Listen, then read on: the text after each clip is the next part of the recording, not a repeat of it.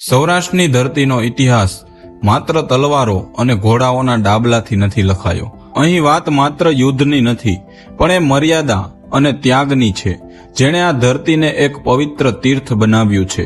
જ્યારે પુરુષો કેસરિયા કરતા, ત્યારે ગઢના કાંગરેથી દુશ્મનો પર પ્રહારો કરનારી અનેક અનામ વીરાંગનાઓ એ જોહર કરતી હતી. સતી પ્રથા કે જોહર પ્રથા એ કોઈ લાચારી નહોતી, પણ આક્રાંતાઓથી પોતાના ચારિત્ર એટલે શીલને બચાવવા માટે લેવાયેલો એક અત્યંત કઠોર નિર્ણય હતો. આજે પણ સૌરાષ્ટ્રના અનેક ગામના પાદરોમાં સતીના પાળિયાઓ જોવા મળે છે.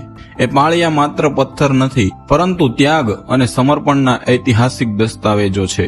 ઇતિહાસની આ વીરાંગનાઓ આપણને શીખવે છે કે સાચી સુંદરતા અને તાકાત કોઈ બાહ્ય દેખાવમાં નહીં, પરંતુ આંતરિક ખમીર, અડગ મનોબળ અને પોતાના સિદ્ધાંતો માટે ઊભા રહેવાની હિંમતમાં રહેલી છે.